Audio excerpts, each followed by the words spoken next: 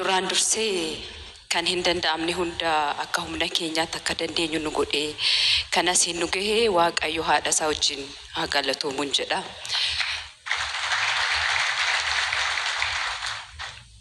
Jirtu hin dhaga'amu gama sanaa warri Ameerikaa hin dhaga'amu jechaa jirtu jecha Haacaaluu Hundeessaati.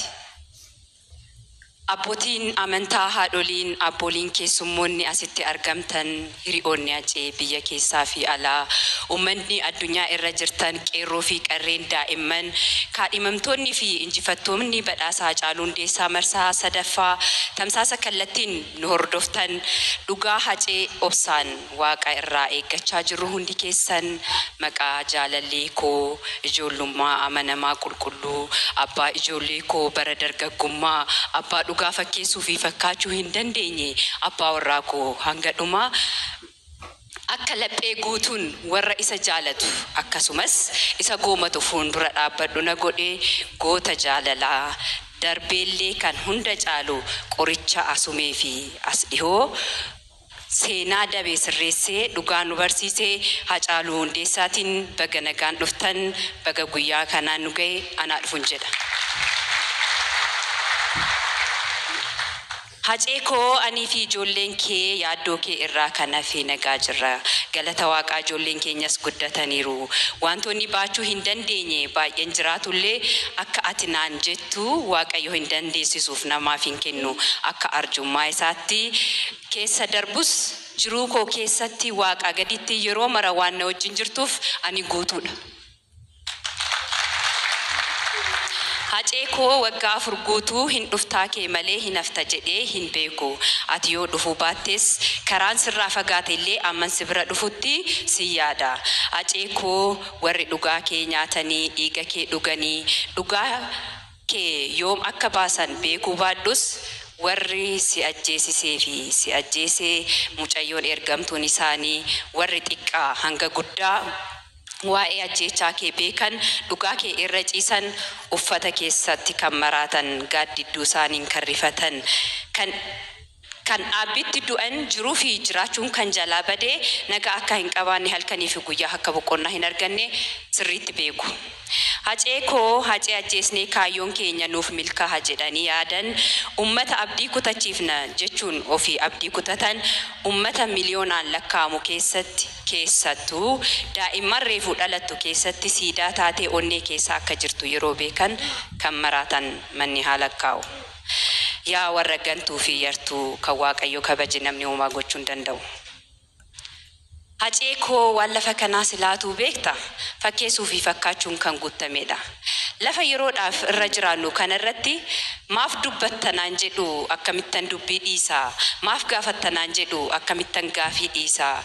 Acee koo sin dhabee dhugaa keetu badee utubaa kootu jigee mana kootu diigame agartuu kootu badee ijoollummaa koon dhabee gaafii ijoollee keen deebisuu dadhabee kanaaf gaaffiidhiin anis deebii dhabee.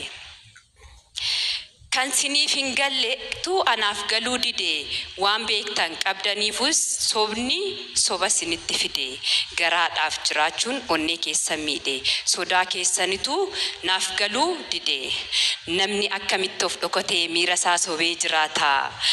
Dhugaa simachuu dadhabee of miidhee jiruu filata dhugaatu isin jidduu jira of sobuun isin baasu beeka dhugaa Acee dhoksuun keessan har'as borus gara fuulduraas inuma isin diiga. Hundi inuma ta'a guyyuma eeggata baay'een biyyee ta'ee biyyee dhuma nyaata kan afaan qabatee taa'u gaaf tokko inuma dubbata hin bubbula malee Acee koo dhugaan kee yoom dhokata. Acee koo anaaf eenyumtuu qulqulluu miti yeroo darbes dubbadheeraa ammas nan dubbadhaa amma dhugaan isaa ba'utti dubbii koo hin dhiisu. Acee koo anaaf eenyumtuu qulqulluu miti mootummaan isaa ta'u warri miti mootummaa dhugaa Acee warri beektan nu baasa. Ajjeesaa fi ajjeesisaa isaa seeraaf nuuf dhiyeessa qulqulluu ta'uu keessan nuuf mirkaneessa. Ribxanii taa'uun keessan nama gumaa ta'uu keessan nuuf ibsa. Haceekoo silaa yoona osoo si taate boolla meeqa qottee muka meeqa baate dhugaa barbaachuudhaaf meeqa kuftee kaate gootummaa namummaa ofitti amanamummaa dhugummaa waa'ee baay'ee nu agarsiistee nu barsiiste kan siif kaatu hin jiru haceekoo mammarattee ciiste nuun ibidda saafaa keessatti nu dhiiste. Bobaanee hin dhaamnu gubannee hin dhumnu sidhamne irra jennee abdii hin kutannu haceekoo nuuf beeki yeroo hunda akkasi jaalannu akkasi kabajnu akkasitti boonnu. Haceekoo anaan na ajjeesuu biyyittiin garuu nagaa hin argattu akkuma naan jettee erga ati dabartee waan ta'aa jirruu fi waan taanee fi waan ta'aa jirru hundi keessan ni beektu. Haceekoo dubbadhee ifitu waan lafa kana na dhaggeeffadhu waanuma xiqqoon dabala. Guyyaa silaan dhuftu biyya biraa jirta qaamaan sin argadhu fagaattee deemteetta yaadaa fi qalbiin abjuun na waliin jirta.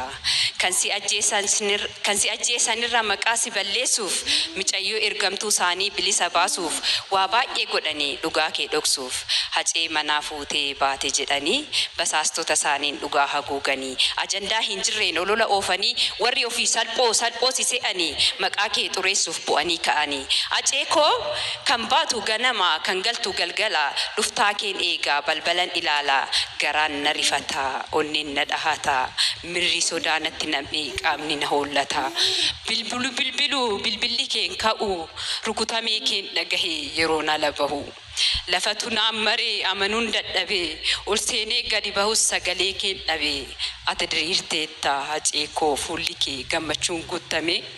Riba keessa jirta jedheen si kaasuuf muddame kaateen si hammadhe morma keetti marame awwaachuu dadhabde iyyee si waamullee nagattee deemta jedhee ammallee namanne maal jettee haceekoo jechi kee ni dhuma wabuu milkuu giiftuu ummata keetiif dhaamsi kee maaluma waan nu dhaamnee deeme warri ajjeesistanii fi warri ajjeestan nutti hima waan gootanii fi waan gosistan isinumatu harkaa qaba.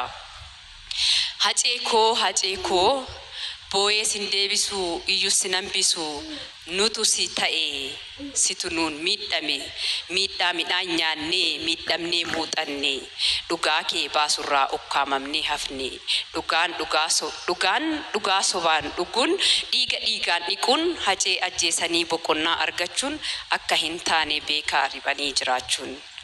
Warri hacee ajjeestanii fi ajjeesistan dhugaa hacee qeerroo fi qarree lola dhiiga hacee qeerroo fi qarree lolaastan umurii keessan guutuu isin haa iyyisiisu wal isin haa nyaachisu. Haceekoo qulqulluu taliilaa hin booroftu ati qulqulluu amanamaa hin moofoftu ati muu warra si nyaateef warra gantuuf yartuu taa'anii ka'anis gaaddidduu isaanii rifatu hin bade naan jedhu kan badan isaanii hin hafe naan jedhu kan hafetu isaanoo hin jiran dhiiga kee dhuganii si dhoksina jedhanii ofii dhokatanii mul'ata dhugoome ifarraan kaasanii. Naafifi haceekoo wabuu milkuu giiftuu keessattan si argaa ummata kees dabalateetoo anis nan jiraadha abdii si godheetoo asumeef as dhihoon haftu boqonnaa dhabdeetoo naakoottuu haceekoo si keessattan of argaa abdii horadheetoo siinan kabajame anaaf eenyummaa koo amman si bira dhufutti si yaada goota koo. Haceekoo karaa dheeraatu na hafee kan fuuldura koo taa'u duubatti garagaree bookee fi tafkii hin lakkaa'u jettee karaa dheeraa nuuf dhiistee deemte irra deemuuf maqaa keetiin faawundeeshiniin erga dhaabbatee waggaa 3 yoo ta'u hojiin hanga ammaatti hojjetame akkuma jirutti ta'ee gara fuulduraattis cimsinee akka hojjennuu fi ummanni ati jaalattuu fi isaan si jaalatan akka faawundeeshinii kee deeggaran abdiin qaba. Anis hangan jirutti imaanaanatti dhiistee deemte akkam bakkaan ga'uu fedha waaqanaaf haa ta'u. Haceekoo har'a aartii ati keessa dabartee deemte quuqama ummata kee itti ibsachaa turte jajjabeessuu fi arjummaa fi gara laafummaa kee nutti dhiiste kennata kee yookaan leegaasii kee itti fufsiisuuf waggaa waggaan badhaasa maqaa keetiin qopheessuun akkasumas warroota hojii hin dagatamne aartii Oromoo keessatti hojjetan darban yaadachuu.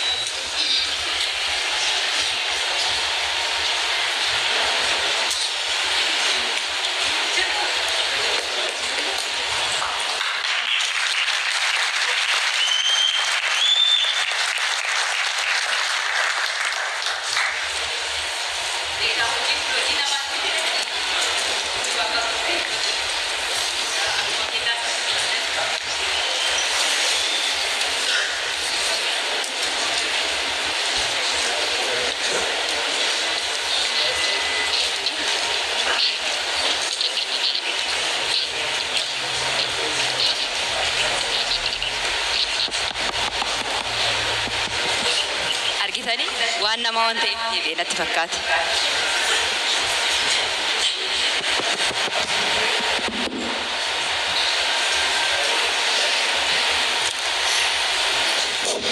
Egaa irran deebi'aa bakka dhaabbadhee irraan itti fufa. Hacee koo ammas akka addaan hin cinne kaabdiin qaba warra Skylight itti nu hima.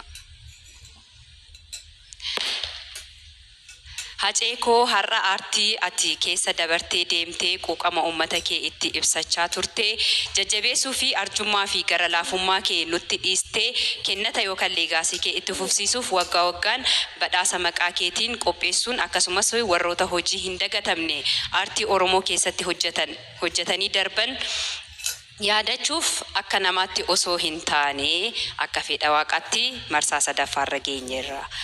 Ati akka odaa taatee si jalatti walitti qabamnee sagantaa qophii irratti hirmaachuuf keessummoonni kee fi jaalattoonni kee na eegaa jiru waan ta'eef Hacee koo gara isaanittan darba. Dorgomtoonni fi injifattoonni badhaasa Hacaaluu Hundeessaa marsaa sadaffaa irra deebi'uun baga nagaan dhuftan anaa dhufun jedha.